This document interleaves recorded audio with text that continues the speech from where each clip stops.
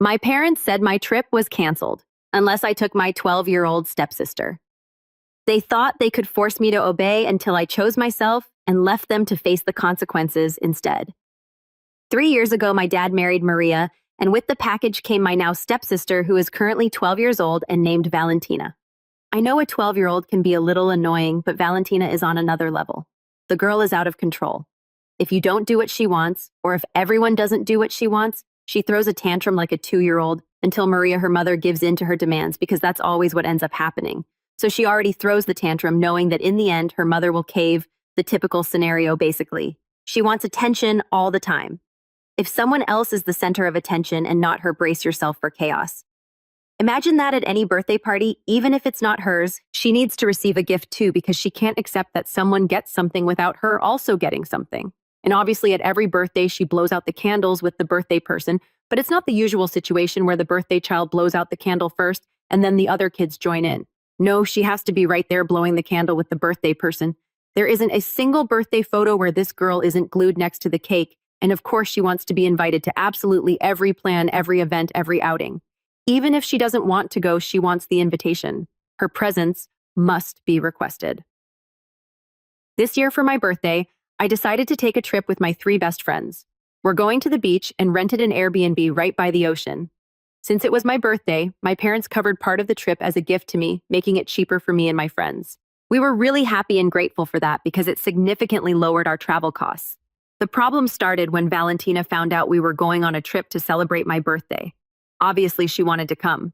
She asked me if she could go, and honestly, I laughed at the moment and said, "No, Valentina, it won't be fun for you to travel with me and my friends. You'll get really bored."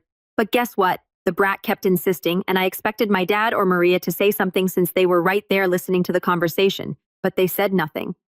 In the end, I thought she'd forget about it since there was still a month left before the trip. After all, she's a kid, she could easily get distracted by something else.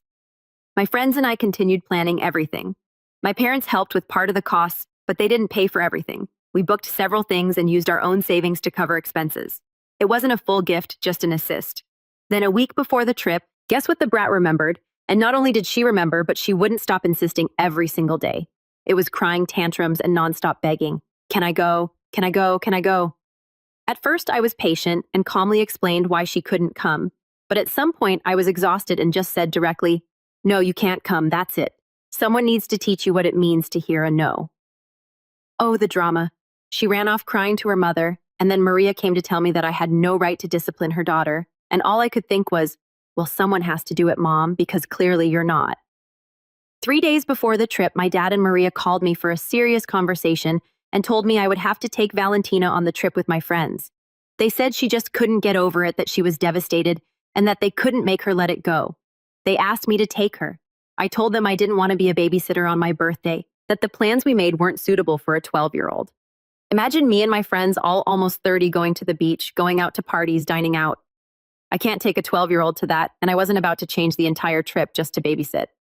I explained all this to them, but it wasn't enough, so they gave me an ultimatum: either I take Valentina or they won't pay for any part of the trip anymore.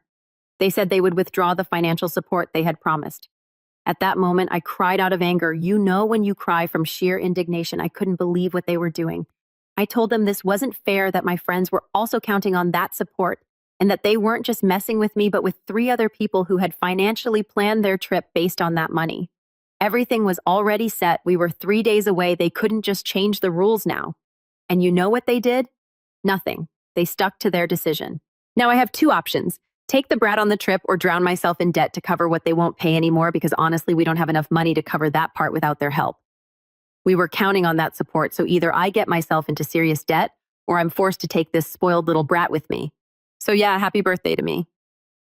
In the end, I had no choice. My friends and I talked and came to the conclusion that there wasn't enough time to get more money even if we tried. There were only a few days left and we couldn't cover everything without my parents' help. So with deep hatred and a lump in my throat, I accepted taking Valentina. She was so happy when she found out she was going that she even gave me a hug as if it were a prize for her, a trophy won through crying and manipulation.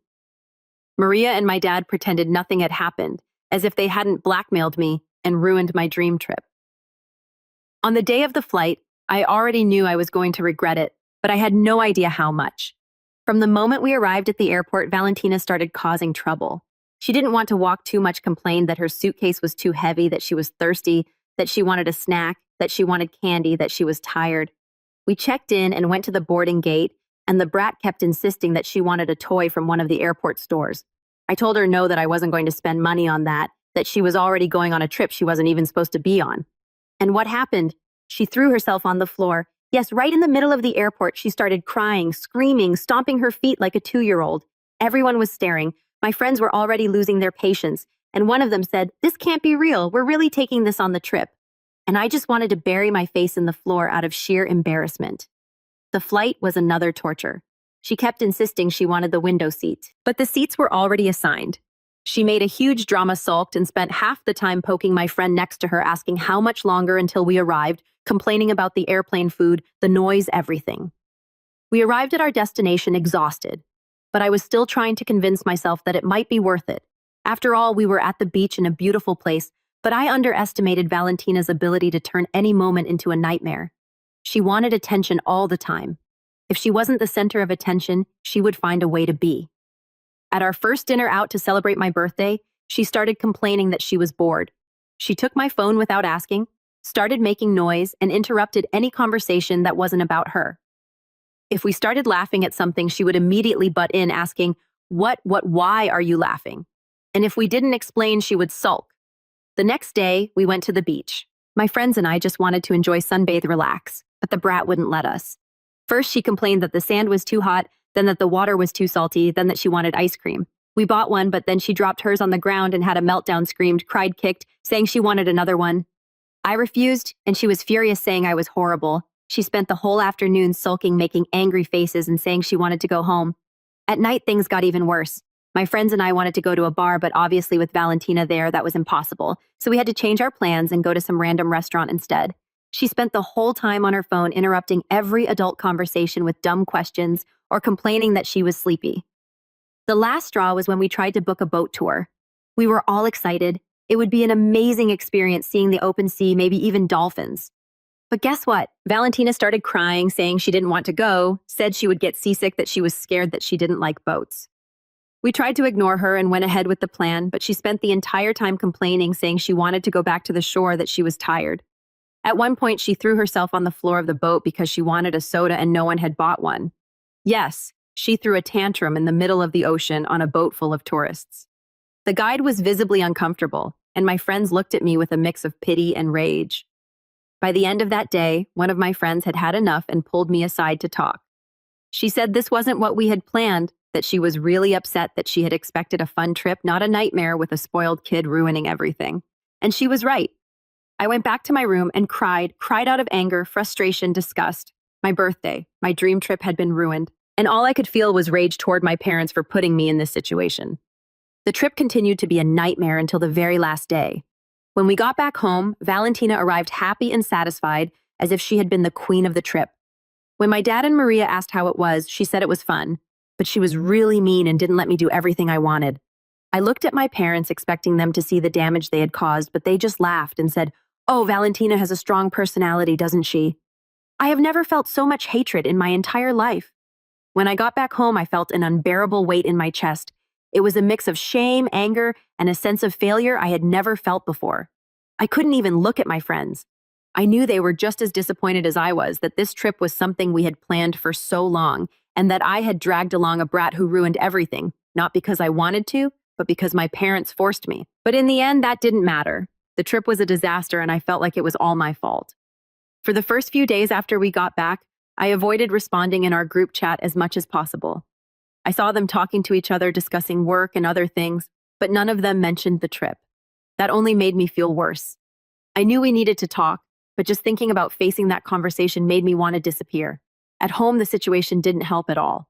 My parents kept acting like nothing had happened, and Valentina was more unbearable than ever. What did she learn from this trip? That she can do whatever she wants, push any situation until she gets her way, and that in the end there are no consequences for her. Everything was perfect, but for me, every time I looked at her, I felt a growing hatred. I spent weeks like this, trying to ignore everything, until one day, while I was sitting on the couch, scrolling through my phone, my friends showed up. They rang the doorbell, and when I opened the door and saw all three of them standing there, My heart sank.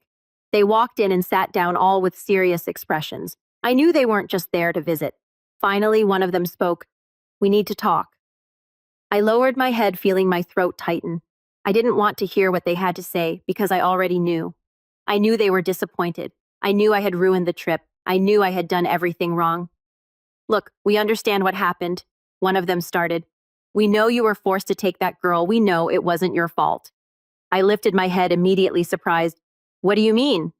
You think we didn't notice?" Another one replied, "It was obvious that you didn't want her there, that you were just as frustrated as we were." I let out a sigh of relief, but before I could say anything, the part I was expecting came. "But there's something we need to tell you." One of them continued, looking at me seriously. "You need to get out of this house." My stomach twisted instantly. "What do you mean?" "You're almost 30 years old and you're still here stuck in this nightmare," she said bluntly. "Your parents clearly don't respect you. They blackmailed you, made you ruin your own birthday, and didn't even care about how you felt." "But I have nowhere to go." I tried to argue, feeling a lump in my throat. "Then do something, anything, but don't stay here. If you do, you'll never have peace. You'll always be forced to put up with this, always be treated like a doormat. You need to take control of your life." I knew they were right, but hearing it out loud made me feel even worse because deep down I knew it was true. I was living under my parents' roof, dependent on them, and because of that, I could never really stand up for myself. I would always be treated as a burden, as someone without a voice. I spent the next few days thinking about it. What could I do? How could I leave? I had never been financially independent. I needed to find a way to make money, and fast. That's when I thought of something I had always loved doing: makeup. I started experimenting with different looks on myself, posting on social media. At first, no one cared much, but I kept going, practicing every day, improving my skills. Soon, I started offering makeup services to people I knew, charging low prices just to gain experience. I slowly built up a client base, and before I knew it, I was making enough money to support myself. It wasn't a fortune, but it was a start. After months of hard work, I managed to save enough to rent a small apartment, a simple place, but my own. The day I left home was liberating. My parents were surprised when I announced I was moving out, but they didn't do anything to stop me. In fact, they almost seemed relieved. Valentina, as always, threw a fit, saying she would miss me, but deep down, I knew she didn't care. Since then, I've cut off contact. I knew I would never be heard in that house, that no matter what I did, I would always be the one expected to give in, to tolerate everything. I needed to live my life without constantly feeling suffocated. Today, I live alone, I work doing what I love, and for the first time, I truly feel free. My friends are still by my side, and I know I could never have done it without them. If they hadn't come to talk to me that day, I might still be trapped in that hell, waiting for something to change, when in reality, the only person who needed to change was me. After a while, everything started falling into place. I was finally living on my own, working as a makeup artist, and managing to pay my bills without depending on anyone. It wasn't luxurious, but at least it was my life, my rules. I no longer had to deal with Valentina or my parents' emotional blackmail. It was a freedom I had never imagined I would feel.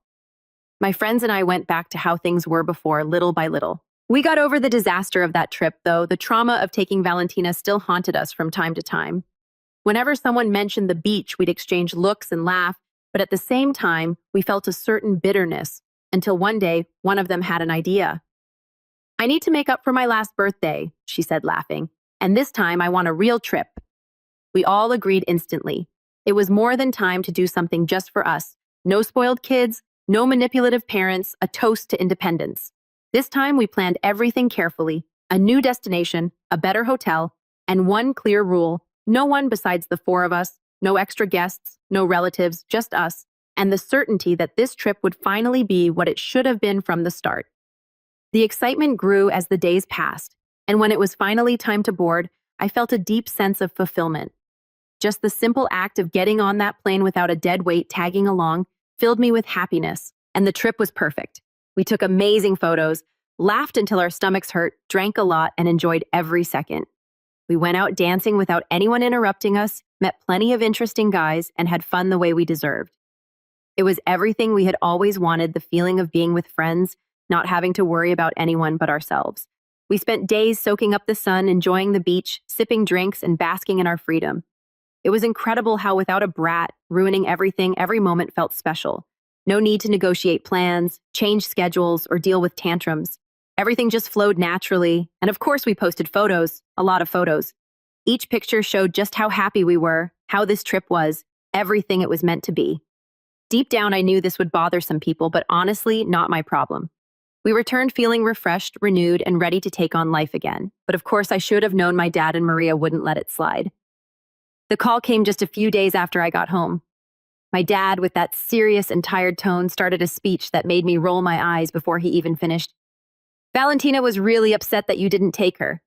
This time, she cried a lot, was devastated, saying she wanted to go too. You knew she would want to be with you. It wouldn't have hurt to include your sister. I took a deep breath, stared into the distance, trying to gather patience, but I could already feel the anger rising. Are you serious? Of course I am, he replied. You didn't have to be so cruel, you know how she is. I let out a dry laugh. Oh, I know exactly how she is, and I also know that if I had taken her, this trip would have been another nightmare. He sighed, like I was the one being unreasonable. You could have thought about her. That was when I lost the last shred of patience I had left. No dad enough, that's it. I spent years thinking about everyone else, letting you decide what was best for me, putting up with emotional blackmail, being forced to drag around your wife's daughter like she was my responsibility. But you know what? She's not my responsibility. She never was. Silence, so I continued. I respect you, but I'll say this once and I hope you get it. Tell Maria to go to hell and start teaching that girl how to be a decent human being, because I am not her babysitter. I am not responsible for her emotional well-being, and I am definitely not responsible for the parenting you two failed to do. The silence on the other end of the line was the most satisfying thing I had ever heard in my life. And one more thing, Dad. I went on, completely done. This is the last time I'm hearing this nonsense. If you and Maria want to keep playing this game, fine, but I'm done. I left that house, I left that life, and I'm not coming back. I waited to see if he would say something, nothing, so I simply hung up, and for the first time in a long time, I felt completely free. Sometimes I wake up in the middle of the night with a lump in my throat. I stare at the ceiling, thinking about everything that has happened over the past few years and wondering how I got here. I'm almost 30, and to be completely honest, there are days when I feel like a total failure. I look around and see so many people my age who have already achieved so much, established careers, their own homes, luxurious trips, well-organized lives, and meanwhile, I'm just now starting to build my independence. I feel behind, like I wasted years of my life trapped in something I should never have accepted. I spent a good part of my life letting others decide for me. My parents set the rules, controlled my steps, and in the end expected me to simply accept whatever situation they put me in, because that's just how things are. And I did. I accepted being treated like a burden. I accepted being manipulated. I accepted being forced to swallow ridiculous things because deep down I thought I had no choice. Or rather, I believed I had no choice. When you are financially dependent on others, you lose your voice. You can scream, you can protest, you can try to stand your ground, but at the end of the day, if the person who pays your bills doesn't want to listen, they simply won't. And that's exactly what happened to me. It didn't matter if I was unhappy, if I was being forced to carry a responsibility that wasn't mine, if they were ruining my plans and treating me like an emotional caretaker for a spoiled child. They didn't care because in the end, I had nowhere to go. I couldn't afford a place of my own. I didn't have a stable career. I didn't have an income that allowed me to stand my ground and say no. And that's why when I look back, I feel a mix of anger and sadness, anger for allowing it to happen, sadness for taking so long to realize I needed to get out. If I could go back in time and talk to my younger self, I'd say, chase your own money, girl, because no one is going to hand you anything if you don't have financial independence. People will treat you like they're doing you a favor, like you owe them something, like you should be grateful for any crumbs they decide to throw your way. You can have the most loving parents in the world, the most amazing partner, the most loyal friends. But if you don't have your own money, there will always come a moment when someone will make you shut up, a moment when you'll have to swallow your pride and accept things that hurt you because you can't just walk away. And if you think that will never happen to me, believe me, no one thinks it will happen to them until it does. I thought my life was under control, that my parents were fair, that everything would be fine. And one day I woke up being emotionally blackmailed into dragging a brat along on the one thing I had actually planned for myself. I saw my friends disappointed. I saw my birthday dream go down the drain because I couldn't afford my own trip. Today I'm not rich. I'm still building my stability, still learning how to be financially independent. But you know what the difference is. Today no one controls me. No one forces me to do something I don't want to do. No one traps me in ridiculous situations. If something doesn't sit right with me, I get up and leave, and the freedom that comes with that is priceless. So if you still depend on someone, if you still live in the shadow of others, if you feel like your voice is never heard, start now. Even if it's selling cakes, doing nails, learning a new skill, investing in something of your own, but start, because at the end of the day, money doesn't buy happiness, but not having money keeps you stuck in situations that make you miserable. And there is nothing sadder than being a grown woman who can't make her own decisions because she has nowhere else to go. Don't be that woman. Be the woman who looks in the mirror and knows she doesn't need anyone to stand on her own.